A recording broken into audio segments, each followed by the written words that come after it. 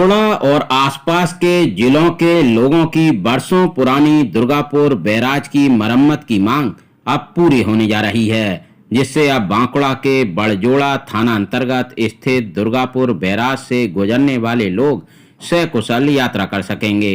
Durgapur barrage की मरम्मत कार्य संबंधित अधिकारियों की देखरेख में गुणवत्ता को ध्यान में रखते हुए किया जा रहा है। 692 मीटर लंबे इस बैराज से प्रतिदिन करीब 30,000 गाड़ियों का आवागमन होता है। ऐसे में लोगों के जनजीवन में इस बैराज की महत्ता को समझा जा सकता है। बांकुड़ा जिला पुलिस की मुस्तैदी से इस बैराज की मरम्मत का कार्य बड़े ही सुचारू रूप से संभव हो पा रहा है। 24 घंटे सातों दिन पुलिस के अधिकारी हों या जवान अस्थायी टेंट के माध्यम से मौके पर मोर्चा संभाले हुए हैं, ताकि लोगों की यात्रा को आसान बनाया जा सके। हालांकि पुलिस के लिए ये एक बड़ी चुनौती थी, लेकिन कहते हैं ना कि अगर नेतृत्व सही हो तो मुश्किल काम भी आसान हो जाता है, और यहाँ यही हो रहा है। पुलिस की सक्रियता के कारण जिले में प्रवेश एवं निकास करने वाले वाहनों का आवागमन सुगमता से चल रहा है। इस चुनौतीपूर्ण कार्य के विषय में जिले के एसपी वैभव तिवारी आईपीएस से हमने बात की, तो उन्होंने हमें इस बारे में कई अहम जानकारियां दी। देखिए, दुर्गापुर बैराज में तो इस वक्त काफी एक बड़ा प्रोजेक्ट इरिगेशन डिपार्टमेंट ने लिया है। पिछले 70 सालों से काम नहीं हुआ था और स्लैब सील एक्सपेंशन जॉइंट्स इनको बोलते हैं, तो वो लोग चेंज कर रहे हैं, जिसको चेंज करने के लिए काफी लगभग 45 दिन का टारगेट उन्होंने लिया काम करने के लिए। और दुर्गापुर बैराज जो है बांकुड़ा के साथ दुर्गापुर को कनेक्ट करता है, पूरा साउथ बंगाल से नॉर्थ बंगाल कनेक्शन, और साउथ इंडिया से भी कई गाड़ियां आती हैं जो नॉर्थ बंगाल की तरफ जाती हैं, वो सारी की सारी इस बैराज से क्रॉस करती हैं। तो लगभग दिन में 25 से 30,000 गाड़ियों का क्रॉस करना होता है इस गाड़ी में। तो यहाँ पे काम कराने के लिए तो ट्रैफिक का ही सबसे बड़ा हम लोगों के लिए चैलेंज था कि ट्रैफिक कैसे मैनेज होगा। इसके आसपास कोई भी रास्ता नहीं है आसपास जहां से गाड़ियां पार करें जैसे।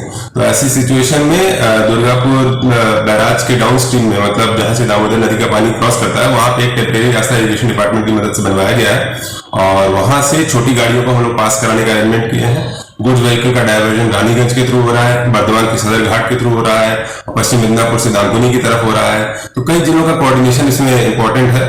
हमारे फोर्स ऑफिसर्स लगातार 24 घंटा इस वक्त डिस्ट्रिक्ट के अंदर कई जगहों पर ट्रैफिक मैनेजमेंट का काम कर रहे हैं। हम लोगों को इसमें काफी मेहनत करनी पड़ रही है, काफी हम लोग का प्रेशर आ रहा है, बट एज ऑफ नाउ हम लोग इस काम को अच्छे से कर पा रहे हैं और कहीं पर भी कोई जाम की खबर नहीं मिल रही है। और कुछ लोगों को परेशानी हो रही होगी, कुछ लोगों को लंबा करना पड़ रहा है, स्पेशली गुड्स व्हीकल जो है उनको थोड़ा सा डिस्टेंस ज्यादा कवर करना पड़ रहा है। ये सारी चीजें हैं, बट ये टेम्परेरी सिचुएशन है। 45 दिन के काम के बाद होपफुली हम लोग सिचुएशन को एकदम नॉर्मल कर देंगे।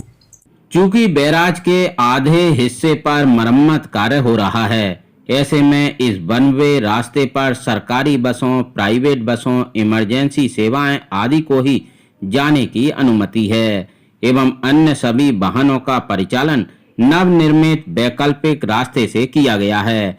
वहीं मालवाहक ट्रकों का जिले में प्रवेश एवं निकासी के लिए रूट डाइवर्ट किया गया है। इस पूरे घटनाक्रम को वास्तविक रूप देने के पहले अधिकारियों के संग कई बैठकों का दौर भी चला, बाकायदा एक ट्रायल भी किया गया। इस विषय में एसपी वैभव तिवारी आईपीएस ने क्या कहा, सुनिए उन्हीं की जुबानी।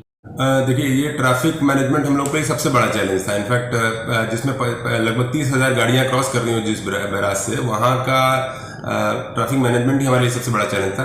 कई राउंड्स हम लोगों ने इसमें मीटिंग किया और हम लोगों ने प्लान किया कि कहाँ से डाइवर्जन किया जा सकता है। और जब हम लोगों ने इरिगेशन को डिपार्टमेंट को रिक्वेस्ट किया कि नीचे डाउन स्ट्रीम रास्ता बनाए, तो उन लोगों ने लगभग 15 से 20 दिन का टाइम लिया, नीचे का रास्ता भी रेडी किया।